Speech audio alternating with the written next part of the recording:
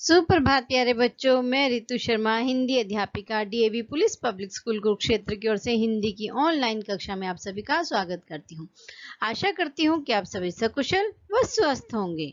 बच्चों, आज हम बात करेंगे किस्सों और कहावतों की। कहावत किसे कहते हैं? आम बोलचाल की भाषा में प्रयोग होने वाले उस वाक्यांश को कहते हैं कि जिसका संबंध किसी न किसी कहानी से जुड़ा होता है, जिसके मूल में कोई कहानी अथवा घटना अवश्य होती है, उसे हम कहावत कहते हैं। आज हम पढ़ेंगे पाठ 8 किस्से कहावतों की। सबसे पहले आप अपनी पुस्तिका पर दिनांक और दिन लिखेंगे। उसके बाद जो है आपकी अंगुली आपकी पुस्तिका पर होनी चाहिए पढ़ते समय कि आप कहाँ पर हैं, आपको पता होना चाहिए।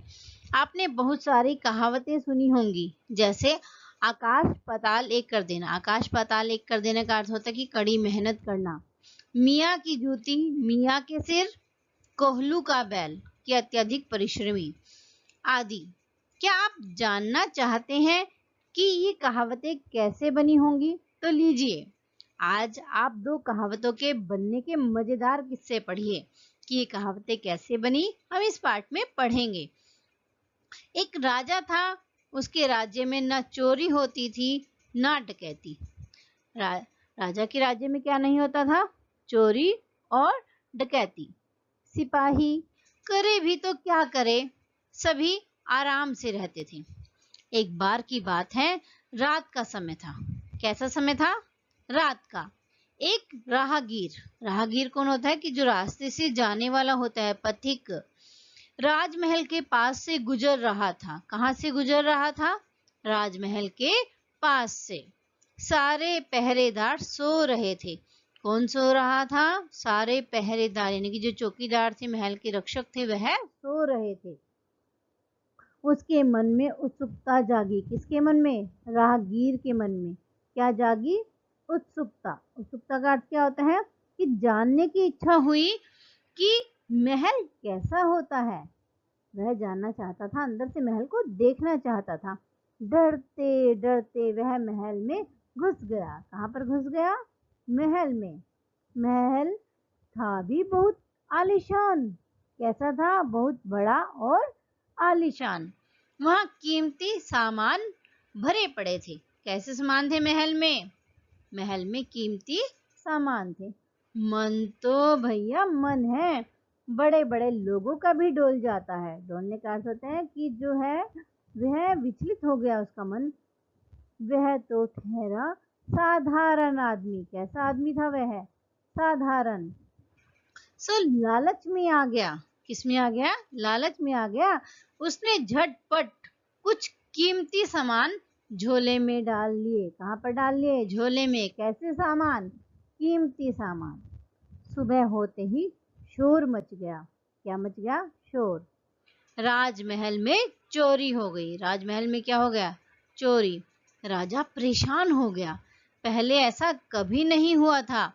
राजा ने चोर को पकड़ने का आदेश दिया। आदेश का अर्थ होता है हुक्म दिया। सिपाहियों ने बहुत कोशिश की, पर नतीजा कुछ ना निकला। कुछ दिन ऐसे ही निकल गए। कैसे निकल गए? चोर की तलाश करते करते निकल गए। ये देखिए, आप देख रहे हैं कि यहाँ पर जो है कोतवाल है, जिसको हम नगरपाल, सिपाही, नगर की रक्षा करने वाले कहते हैं। ये राहगीर है जो कि जिसने सामान चुराया था, और यह जो है राजा है। अब हम आगे हैं पेज नंबर 37 पर। उधर चोर का साहस बढ़ गया। चोर का क्या बढ़ गया? साहस, यानी कि इसकी हिम्मत और बढ़ गई। उसने फिर से चोरी करने की कोशिश की। वह फिर चोरी करने में कामयाब हो गया। वह चोरी करने में क्या हो गया? कामयाब हो गया। कौन कामयाब हो गया? चोर, राहगीर। कामयाब का अर्थ होता है कि सफल हो गया। इस बार राजा बहुत बिगड़े कि राजा को बहुत गुस्सा आया। उसने आदेश दिया, चोर को जिंदा या मुर्दा पकड़कर हाजिर किया जाए। हाजिर का क्या अर्थ होगा बच्चों?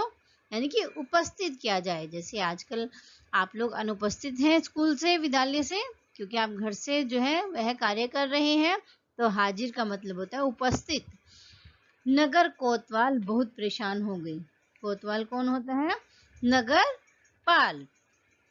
चोर को तो जैसे चस्का लग गया था, किस चीज का चस्का लग गया था उसको, चस्के का अर्थ होता है कि उसको आदत लग गई थी किस चीज की, चोरी करने की। एक दिन वह फिर से महल में चोरी करने आया। कौन आया? चोर जो है चोरी करने महल में दोबारा आया।